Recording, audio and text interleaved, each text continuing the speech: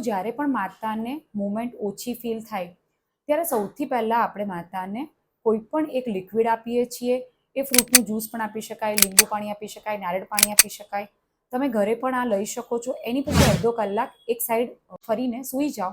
જો એ દરમિયાનમાં બાળકની મુવમેન્ટ ફીલ થાય તો ટેન્શન લેવાની જરૂર હોતી નથી. ઘણીવાર બાળકની સ્લીપ પેટર્નના કારણે બાળક સૂતું પણ હોઈ શકે અને લિક્વિડ ઓછું પણ હોઈ શકે, એના કારણે પણ બાળકની મુવમેન્ટ ઓછી ફીલ થતી હોય. એ સિવાય માતાને લાઇટ મ્યુઝિક સાંભળવા માટેની પણ સલાહ અપાય છે. થોડું એટમોસ્ફિયર બદલવામાં આવે તો પણ બાળકની મુવમેન્ટ પાછી રીગેઇન થઈ જતી હોય છે. જો આટલું કરવા છતાં પણ બાળકની મુવમેન્ટ ફીલ ન થાય તો તમે તમારા ગાયનેકને સંપર્ક કરવો જોઈએ. ગાયનેકોલોજીસ્ટ સોનોગ્રાફીમાં બાળકના ધબકારા ચેક કરે છે. ડોપલર કરીને બાળકનું પ્રેશર પણ ચેક કરવામાં આવે છે.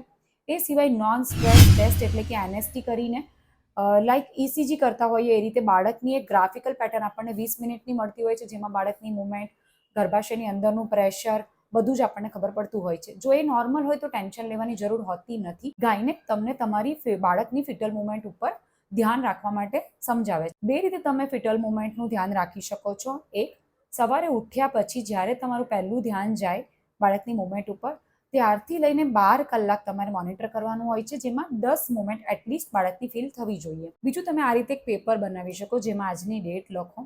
સવારે બ્રેકફાસ્ટ કર્યા પછી એક બાજુ પડખું ફરીને 1 કલાક માટે સૂઈ જાઓ, જેમાં બાળકની જેટલી પણ વાર મુવમેન્ટ થાય છે એટલી વાર આ પેજ એકવાર તમે આ રીતે ફાડી શકો. બીજી વાર મુવમેન્ટ થાય તો બીજી વાર આ રીતે ફાડવાનું હોય છે.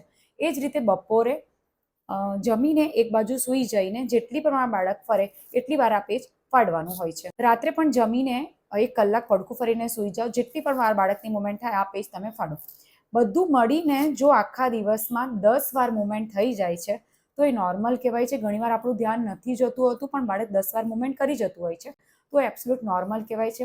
3 થી 4 દિવસ તમે આ રીતે પેપર ઉપર ધ્યાન રાખો અને એનું કલેક્શન લો. મોસ્ટલી એ નોર્મલ જ હોય છે. ગાયનેકોલોજીસ્ટ તમારી સોનોગ્રાફી કરીને એમાં જો બાળકની આસપાસનું પાણી ઓછું હોય તો પાણી વધારવા માટેના પ્રોટીનના સેચેટ આવે છે, એ તમને આપે છે. એ સિવાય ટેબ્લેટ્સ ફોર્મ પણ આવે છે, એ પણ આપી શકે છે. પાણી સામાન્ય સ્તર કરતાં વધારે ઓછું હોય તો એના ઇન્જેક્શન પણ લેવાના આવી શકે છે, જે તમારે એટલીસ્ટ 5 ડેઝ લેવાના હોય છે, જેનાથી પણ બાળકની આસપાસનું પાણી વધે અને એનાથી ફિટલ મુવમેન્ટ સારી થઈ જતી હોય છે.